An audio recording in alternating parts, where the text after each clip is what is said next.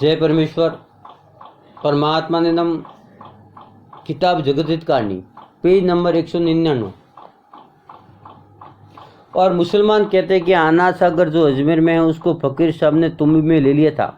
और ये भी कहते हैं कि जब फकीर साहब अजमेर में आए, जब घोड़े ने अपनी पाव की टाप मारते जमीन के सातों पर्दे फूट गए। परंतु हिंदू मुसलमान ऐसे मसद हो रहे हैं कि हमारे बुजुर्ग ऐसे हो गए कि जिन्होंने ऐसी ऐसी करामातें दिखाई है, इससे फूले फूले फिरते और बात को नहीं सोचते हैं, क्योंकि जल भी जादू की जोर से उड़ता है और ज़मीन भी जादू की जोर से फटती है। और जब ज़मीन जादू की जोर से फटती है तो उसको किस कदर तकलीफ और दर्द होता है।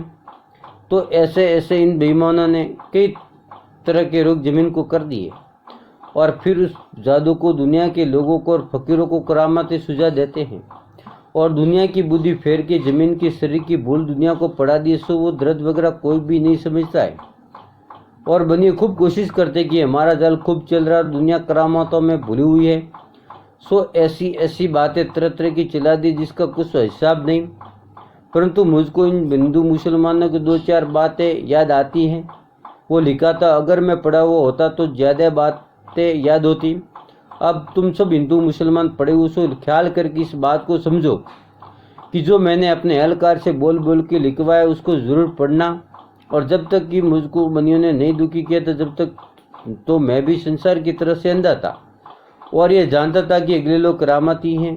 जब से मुझे बनियों ने जादू से दुखी किया, जब इनों का जाल मुझको भी मालूम पड़ा है, क्योंकि जो किताबें हिंदू मुसलमान की जात की और उनमें हिंदू मुसलमान के नाम लिखे हुए हैं, सो बनियों ने अपनी अक्लमंदी से लिख दिए कि जब राजा बादशाह दूसरी विलायत के इन सौदागरन के फ्रेब में आकर हिंदुस्तान के बच्चों को गारत करने के लिए आवेंगे और जब हिंदू मुसलमानों की किताबों को देखेंगे, जब ये जानेंगे कि राक्षपाप हिंदुस्तान के राजा बादशाह और साधु फकीरों का है, क्योंकि हिंदू मुसलमान किताबों को पढ़ते हैं और ये समझते हैं कि हम करामाती है, जो कि भूली भूल के अंदर दूसरी विलायत के लोग इन सौदागरन के जाल में आकर हिंदुस्तान में आवेंगे और किताबों को देखेंगे और ये मालूम करेंगे कि जाल हिंदू मुसलमानों का है।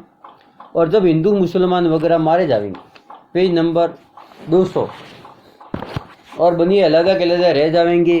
परंतु इन सौदागर बच्चों ने राक्षसी पाप के जादू से ऐसी औल फेर देते हैं जिससे हिंदुस्तान के लोगों को करामाती ही नजर आती है।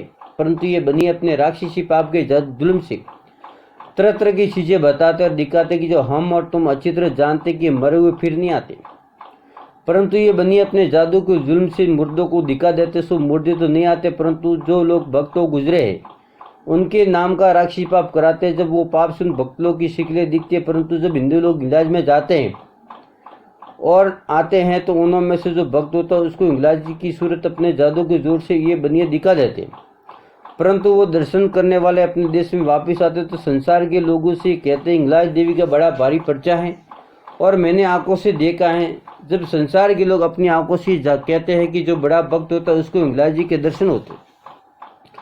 और सिवाय इसके इंगलाज जी में कालका देवी की पूजा सो वहाँ भी लोग दर्शन को जाते और कालका देवी पर बकरे खून डालते। सो जबकि खून जमीन के ऊपर गिर जाता है, जब तो ये कहते हैं कि देवी खूब राजी नहीं हुई है।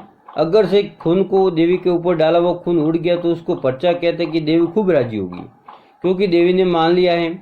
और देवी सच्ची। सो देखो भाई, संसार पर्चों के भरोसे भूला हुआ, न तो देवी ने खून उड़ाया ना पिया है। वो तो सौदागर बच्चों के राक्षसी पाप का जादू की जो खून वगैरह दर्शन करने वालों को उड़ा हुआ मालूम होता है। उसी तरह से मक्का मदीना के मुसलमानों में भी बड़ा भारी पीर और दर्शन की जगह गिनी जाती है। सो मुसलमान उसके दर्शन करने को जाते, सो मुसलमानों की तो बातें ही जाते। सो देखो भाई, इनको भी भुला दिया, क्योंकि जब जाते हैं तो उस वक्त दर्शन करने वालों को उठने के दर्शन जादू के जोर से सुझा देते हैं।